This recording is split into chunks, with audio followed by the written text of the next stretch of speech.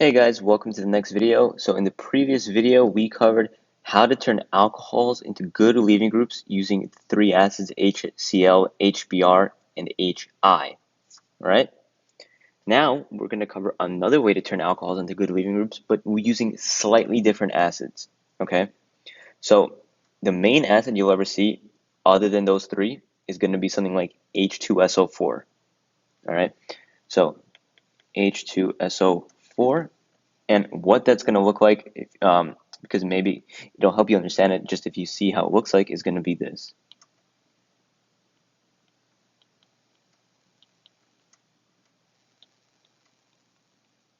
Okay, that's what H2SO4 looks like.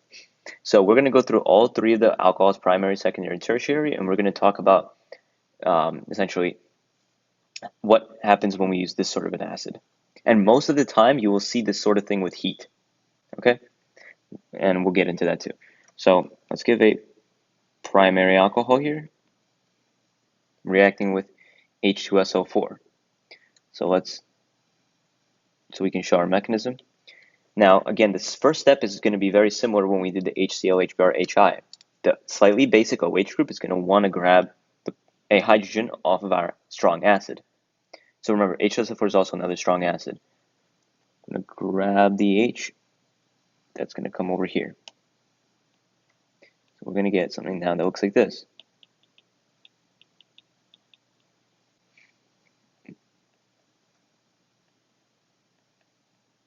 Now, most of the time, you won't really see the structure of H2SO4 or H. Now, this is HSO4 minus. Okay. Now, I like to show the structure of it at least the first time you do this sort of reaction because it can help us understand now why using the H2SO4 acid is not going to give us the same products as the other three acids we've learned. All right. So first, we have this protonated water leaving group right here.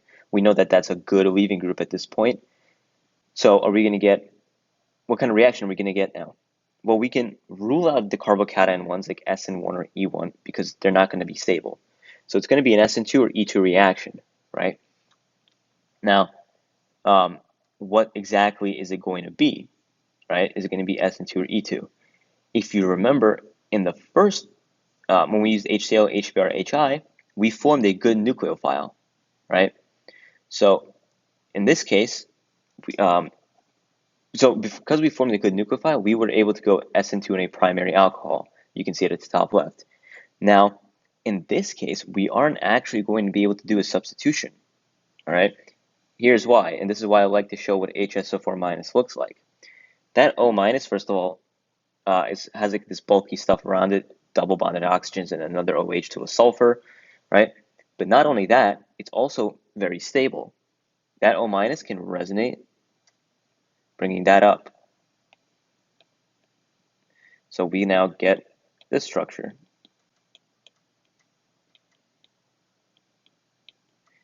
Right? Or it could have resonated this way.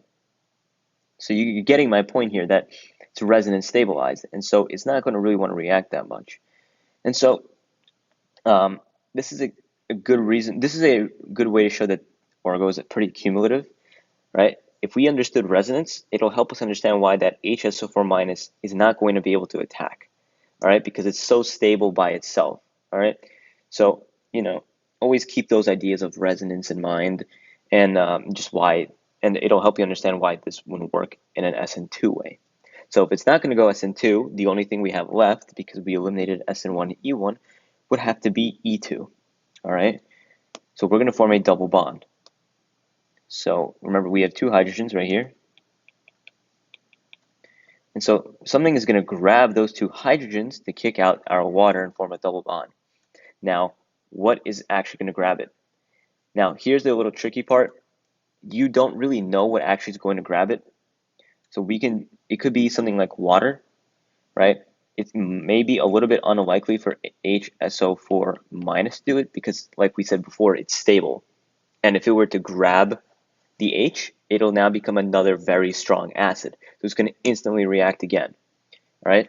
And we know that strong acids, their conjugate bases are usually very stable, right? So the good news here is you don't really, on a test, if this is like, let's say, a curved arrow question, have to show what grabs the hydrogen to kick that water out, okay? So all we have to do is really show one arrow, and that's going to be this bond coming downward and kicking that OH out. Do not show anything else, essentially, from nothing grabbing an H. That would be weird and may get you points off. So now we get something that looks like this. Okay, so you can see we went E2.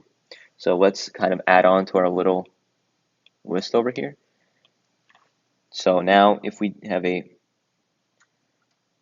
let's just do this here.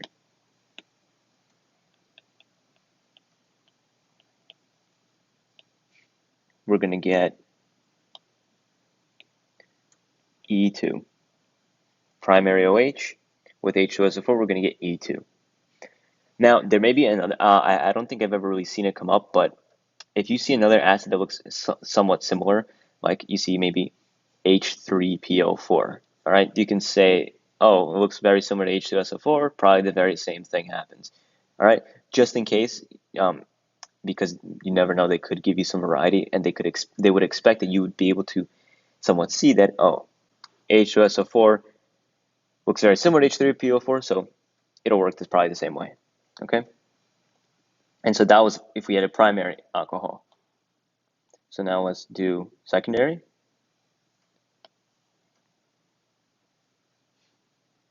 So we have this structure here. Let's move that over. Reacting with H2SO4. And sometimes you'll see it with either a triangle underneath it, or they could write heat, or they could give you a temperature. Now, just so you know, 25 degrees Celsius is room temperature, so it'll be probably much higher than that. Okay, and so what exactly we're going to be forming here? Well, again, very same thing happens. So I'm going to draw H2SO4 so that, let's just, yeah, so that we can, again, draw our arrows.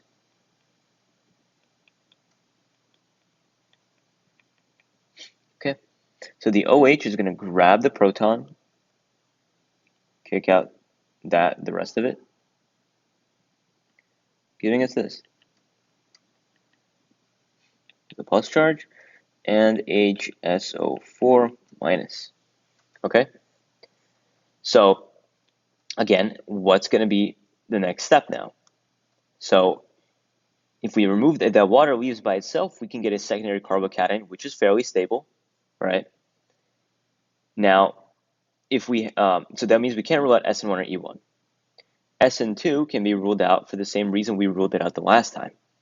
HSO4 minus is very stable by itself, all right? So it's not going to be able to act as a nucleophile because it's so heavily resonance stabilized. So SN2 can be eliminated, and so can SN1. Now, what about E2 or E1, right? Now, because the secondary carbocation is actually somewhat stable, on a secondary OH, we're going to form a carbocation. So the next step, rather than immediately forming the double bond and kicking the water out, is going to be the water leaving by itself. Okay? So giving us a carbocation, H2O. Okay? So now we get the secondary carbocation. And again, always remember, if you have a carbocation, right, we can then do a shift. All right? Always watch out, but it has to be more stable. Right? The carbocation we've shifted to must always be more stable. Those rules don't change. So now we're going to do an E1, and in this case there's no shifting because moving it to the left or right by one carbon isn't going to change the stability. Now we're going to want to form the more stable double bond, so we're going to grab one of the hydrogens here. Now again, you don't have to show what grabs it, so I'm going to just draw a bond coming down to form the double bond, giving us something that looks like this. And so we can add to this chart now that we're going to do an E1 on the secondary alcohol. Okay? And so that's definitely something that we should watch out for. Now, let's just show you guys a quick example of how it can be with a shift. Okay? just because, I just want to expose you guys to as many different situations as possible. So let's say I gave you something that looks like this. H2SO4 overheat. And again, that triangle symbol means heat. So I'm not going to show the arrow here. We know that it's going to be protonated, so we get OH plus. We know that a secondary protonated alcohol is going to go E1 if we're doing H2SO4. So that comes out, giving us that carbocation, and here's our H2O. Now we have a secondary carbocation, right? But we can do a shift to make it more stable, because remember, there's a hydrogen here that can undergo a hydride shift. And remember, when we show these hydride or alkyl shifts for carbocations, we show the arrow from the bond because we want to show the electrons going with it. So now we're going to get a carbocation forming on that tertiary carbon. And again, we're still going to go through that E1. So we're going to take another hydrogen. The hydrogen can either be taken here or here. Now, which one are we going to want to take? We're going to want to take this hydrogen because we can form the more substituted double bond. All right? So this is going to collapse downward to form the double bond, giving us something that looks like that. Okay? So again, always watch out for the fact that we get these sort of these shifts. Okay?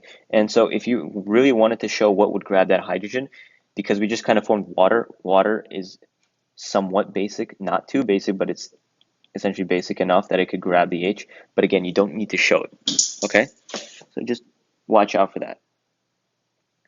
So that's if we had a secondary alcohol. Now let's go to the last situation with a tertiary alcohol. So we get this H2SO4 overheat. So again, we're going to protonate it, giving us something that looks like this. Right? And when we protonate that and get this, it's going to leave, giving us a tertiary carbocation. Oh, just redraw it. Like that, right? Because we already knew that a secondary protonated alcohol is good enough to form that carbocation, so it'll go E1. So if a tertiary is going to give it an even better carbocation, it's safe to assume that we, again, want to form the carbocation. So here, again, we're going to get the E1 product, right? And so we grab the hydrogen. I'm going to, just to make this a little bit more of a clear example, make this. So we're going to have this hydrogen here that's going to collapse downward, giving us this product. Okay? So again, tertiary alcohol with H2SO4 is going to give E1. So you can essentially see the comparison between using the HCl, HBr, HI, and the H2SO4 acid. Primary will give either of the SN1 or SN2, SN2 or E2, depending on which acid. And then secondary, tertiary will give always like the number one reactions, like, SN1 or E1. Depending on if it's HCl, HBr, or HI, we'll get SN1. If it was H2SO4, we'll get E1. Okay? And just in case anyone's wondering, remember, ring expansions are in fact considered carbocation shifts. So they could very easily give you a ring expansion question with H2SO4. So really quickly, let's go through one of those examples. Let's just erase this.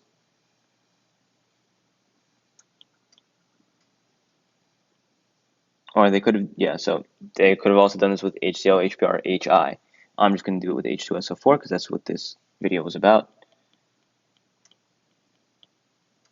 Overheat. So again, we know it's going to be protonated. And we know because it's a secondary protonated alcohol, it's going to leave. on its own to form the carbocation.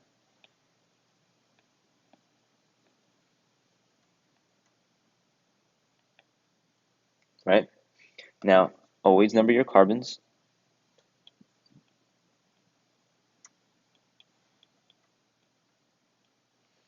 So the arrow is going to be from the 3,6 bond to the carbon 2. So I always tell people, again, draw it ugly first.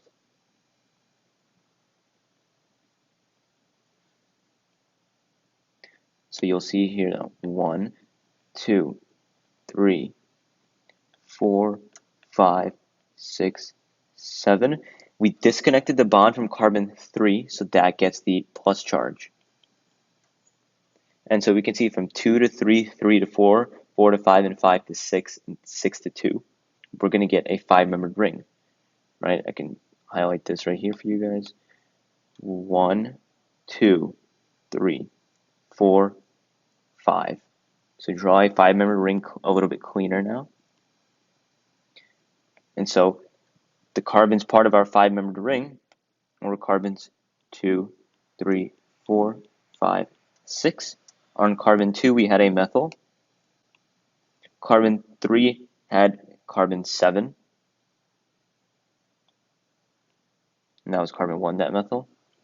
And 3 had that plus charge. Right? So now that we've fully drawn our open ring, we're going to have to finish our E1. And we're going to grab the hydrogen from here to form the more stable double bond. This bond comes in. And we get this product. Okay? So that would be how we would do a ring expansion example. And if we had a example where we used HCl, HBr, HI in this exact situation, instead of the E1, we'll get an SN1. Okay? So that's how we would do this. In the next video, we're going to be going, again, how to go make alcohols into better leaving groups, but now without these acids. There's another way we can do it also.